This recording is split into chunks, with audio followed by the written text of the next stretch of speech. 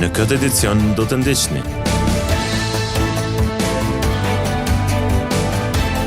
27 vjet nga 27 prilli i 1999 të masakrës së Mejës.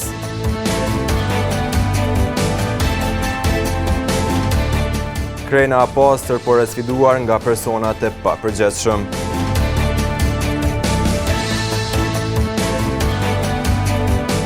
Puset e hapur prej ditësh tek Normalja e Gjakovës. Përshëndetje, po fillojmë edicionin qendror të lajmeve këtu në televizionin Syri. 27 vjet më parë, forcat serbe kryen një tjetër masakër në Kosovë, duke vrarë 376 persona në Mej të Gjakovës. Forcat serbe rrethuan zonën dhe kryen masakrën me ekzekutime masive, duke vrarë civil shqiptar që nga mosha 15 deri 60 vjeç, ku edhe sot pas gati 3 dekadash, disa trupa u gjetën në përvareza masive në Kosovë, ndërsa të tjerë ende nuk dihet se ku mund të jenë. Pranvera vitit 1999 bëri bashk jetën e vdekjen. Masakra e Mejës, sot në përvjetorin e 27, kujtohet si ndërngjarjet më të trishta për vendin ton, ku më 27 prill të vitit 1999, në fshatin Mej, afër qytetit të Gjakovës, u vranë e u masakruan 376 civil shqiptar nga policia e ushtria serbe. Në mëngjesin e 27 prillit, forcat barbare serbe sulmuan fshatin Mej pa paralajmërim, duke gjuajtur granata dhe duke djegur shtëpi. Njësitë e policisë serbe deportuan në fshat dhe dërguan banorët afër shkollës. Midis 100 dhe 150 burra të moshës 15 deri në 50 vjeç u morën nga turma e fshatarëve. Ata më vonë u ndanë në grupe prej 20 dhe u qelluan për vdekje nga zjarri automatik i armëve përmes gjuajtjeve të shumta drejt kokës. Në të njëjtën kohë, herët në mëngjesin e 27 prillit, ata dëbuan sistematikisht shqiptarët e Kosovës nga zona midis Gjakovës dhe Junikut, afër kufirit me Shqipërinë. Burrat janë nxjerrë nga kolonat e refugjatëve në një pikë kontrolli në Mej dhe familjet e tyre janë urdhëruar të vazhdojnë udhën për në Shqipëri. Ekzekutimet janë kryer pas ndalimit të kolonave të civilëve që po largoheshin nga zonat e luftës, ku burra dhe djem janë ndarë nga gratë dhe fëmijët dhe më pas janë ekzekutuar. Ndërkaq mëngjesin e hershëm të 28 prillit, rreth 60 traktorë me refugjat nga Kosova u pritën në vendkalimin kufitar të Morinës, ku në këto automjete u pan vetëm gra, fëmijë dhe të moshuar, ndërsa burrat i kishin marrë ushtria serbe. Atë ditë, asnjëri nga të ndaluarit nuk arriti të dilte i gjallë nga Meja dhe pas luftës trupat e masakruar të tyre, disa u gjetën në përvareza masive në për Kosovë, kurse të tjerët ka informacion se janë ende diku në për Serbi. Ndërkaq pas 27 vitesh, plagët e kësaj ngjarjeje tragjike mbesin ende të freskëta për familjarët e të afërmit e dëshmorëve, atyre që mbesin dëshmi e gravuar në historinë e Kosovës.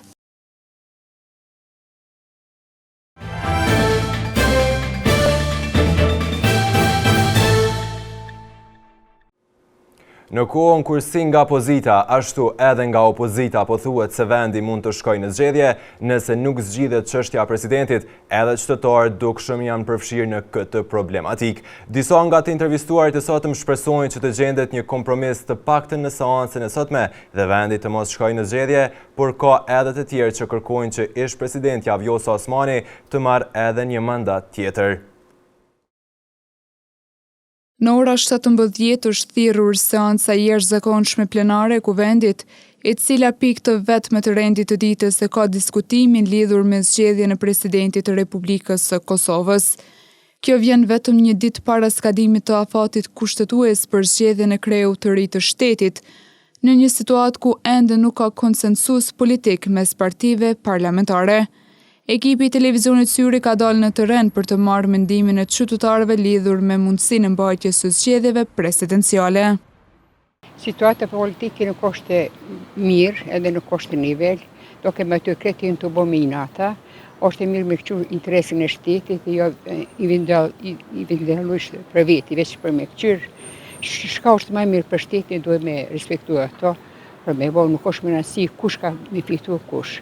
E që është e mirë, është më nësi shumë për me qetë një kryetari që rimuj me përfasu një ma mirë Kosovën. Pse kemi njerëzve shumë të afë, shumë të mirë, veç mos me qu i natët. Kjo.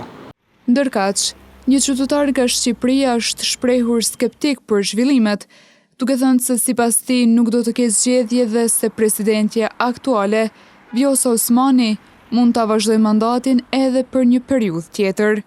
E kini presidentin, kini Vjosa Osmanin. Është presidenti, po nuk do me elan. Ka marrë mandati, po mos anej. Ajo është për presidente. A mendon që do të shkojmë në zgjedhje? Unë nuk më thot me se keni përshkruar në zgjedhje, se atëherë dalin politikon dalin pa vlerë. Sipas kushtetutës, presidenti i Kosovës zgjidhet me 2/3 të votave në 2 rundet e para, ndërsa në rundin e tretë mjafton 61 vota. Megjithatë, për të qenë valide seanca, në sallë duhet të jenë të paktën 80 deputet. Kjo bën të domosdoshme një kompromis politik mes partive, pasi asnjëra prej tyre përfshir edhe partinë në pushtet të kryeministrit Albin Kurti, e cila ka 57 deputet, nuk i ka vota të mjaftueshme për ta zgjedhur e vetme presidentin. Mbetet të shihet nëse seanca sotme do të sjellë një zgjidhje apo vendi do të përballet me një tjetër ngërç institucional.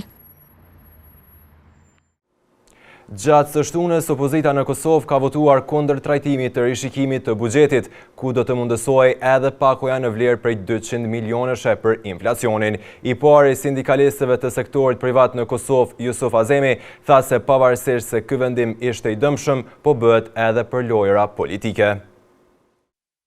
Propozimi i lëvizjes vetëvendosje për shmangje nga afati procedural për rishikimin e ligjit për buxhetin e vitit 2026 në votimin e së shtunës në Kuvend ka dështuar.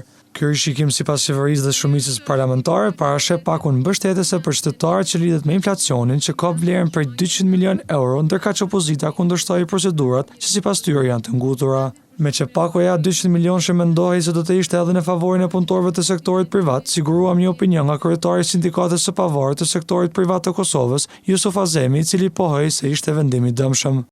Ne kemi konsideruar mos votimin e kësaj pakoje si të dëmshme për punëtorët të sektorit privat, duke përsëritur ata që po e propozojnë, edhe ata që nuk po e votojnë, që të dy palët kanë propavi politike, por megjithatë ne mendojmë që ne spakut nuk duhet jemi pjesë e lojrave të tyre.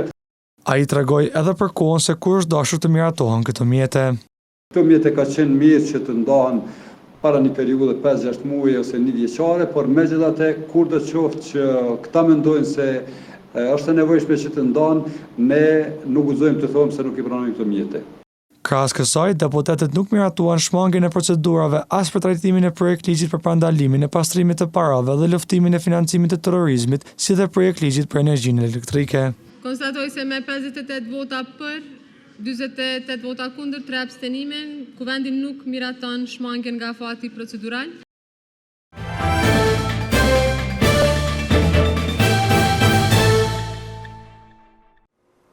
Një puset e hapur prej disa ditësh në rrugën Normalja e Gjakovës është bërë një shqetësim për kalimtarët. Kjo pasi ky segment rrugor është shumë i frekuentuar si një zonë ku kalojnë studentët, konviktorët dhe nxënësit.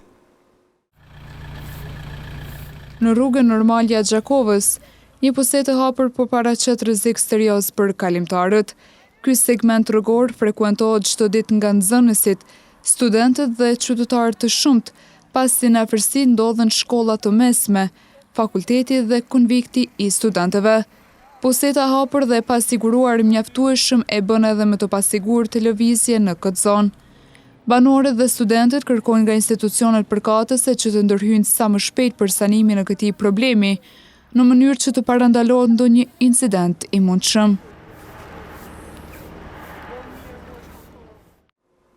Mbeturinat për skaj shtratit të lumit Krena, por edhe brenda lumit në disa pjesë duket se po dëmtojnë pamjen e këtij lumi, për të cilin të gjithë duhet të angazhohemi që të mirëmbahet. Imazhet e siguruara nga ekipi ynë flasin për një pamje shqetësuese, kjo pasi keqdashësit e mjedisit po vazhdojnë të gjuajnë mbeturinat duke dëmtuar atë. Lumi Krena që ndon pjesën e re dhe të vjetët të qytetit të Gjakovës, po shfrytëzohet ende nga disa persona të pandërgjeshëm si vend për të hudhur mbeturina të ndryshme. Edhe pse këto dy rosa janë duke shijuar motin e mirë në rrezet e diellit, pranëtorët notojnë edhe mbeturina që ja rrezikojnë habitatin ku jetojnë. Përveç mbeturinave në lumë dhe skaj shtratit e tij, mbeturinat kanë zënë vend edhe në shititorin që e karakterizon këtë pjesë të qytetit. E shporta që shërben për hudhjen e mbeturinave është po ashtu dëmtuar nga persona të panjohur që nuk e kanë për qëllim mirëshfrytëzimin e kësaj hapësire. Këto dukur janë shqetësuese dhe se duhet të kenë adresë të institucione që të ndërmarrin hapa konkret në parandalimin dhe ndëshkimin e personave që kryen veprime që dëmtojnë mjedisin.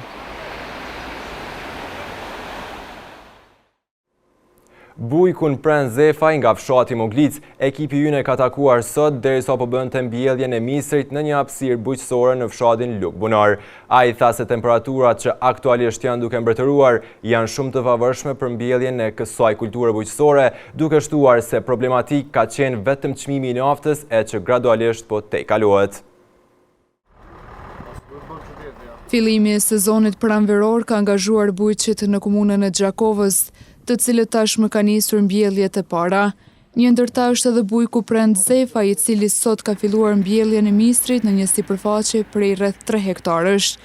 Përveç misrit, Zefa i tregon se merret edhe me kultivimin e kulturave të tjera bujqësore.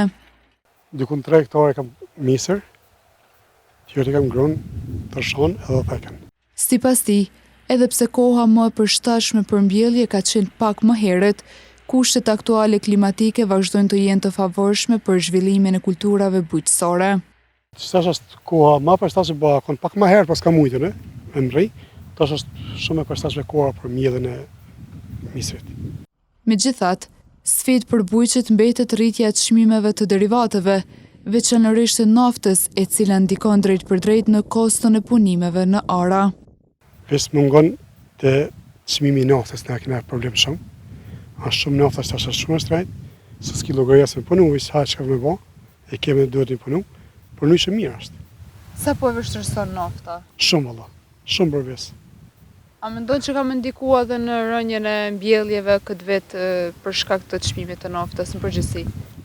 Jo, se për mërë t'i mjellin, ashtu kështu sa do të bë naftën, nëse banë mu naftën 5 euro, unë kam e mjell ashtu kështu. Po, as gjina, se ne hubim, veç me humje na. Në fund, Zepa i thekson se edhe këtë vit do të vazhdojë me kultivimin e kulturave të ndryshme bujqësore, duke shprehur në një sezon të mbar dhe me rendimente të kënaqshme.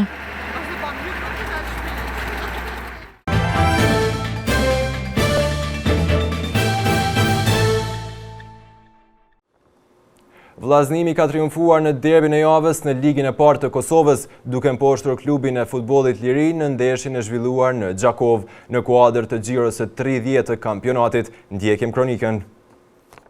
Dalja vllaznimi tani Emir Skenderi në kufit e zonës. Kur ndeshja dukej se po përfundonte pa gola, këtë dyshim e largoi Emir Skenderi, i cili në minutën e 67 shënoi golin e fitores në ndeshjen e vllaznimit ndaj Lirisë. Vetëm 3 minuta më parë, Filip Mishevski bëri që bashkëtarët e tij të kapnin kokën pasi që rrezikoi seriozisht portën nga gjuajtja e lirë, moment ky që i parapëreu gëzimit të tifozëve për golin e vetëm dhe krucial në ndeshje. Me këtë fitore të madhe, vllaznimi e kalon Lirinë në tabelë duke zënë vendin e 4 me 61 pikë. Vllaznimi në ndeshjen e radhës do të udhëtojë në Ferizaj për të përballur me klubin Tefik Çanga në kuadër të xhiros së 31 në Raiffeisen Ligën e Parë. Në vazhdim të ndjekim parashikimin e motit për ditët në vijim.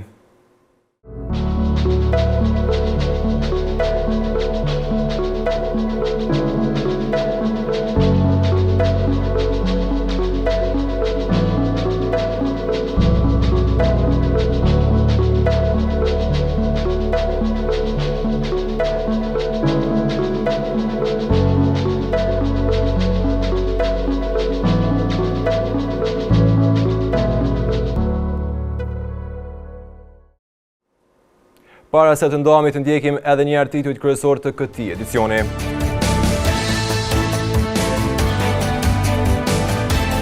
"27 vjet nga 27 prilli i 1999 të masakrës së Mejës.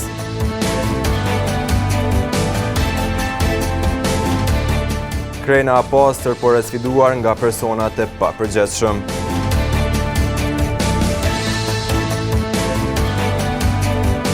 Puset e hapur prej ditësh tek Normalja e Gjakovës.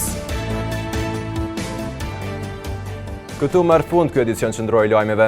Ju mund të vazhdoni të na ndjeqni në televizionin Syri si dhe në rrjetet tona sociale. Mirupafshim.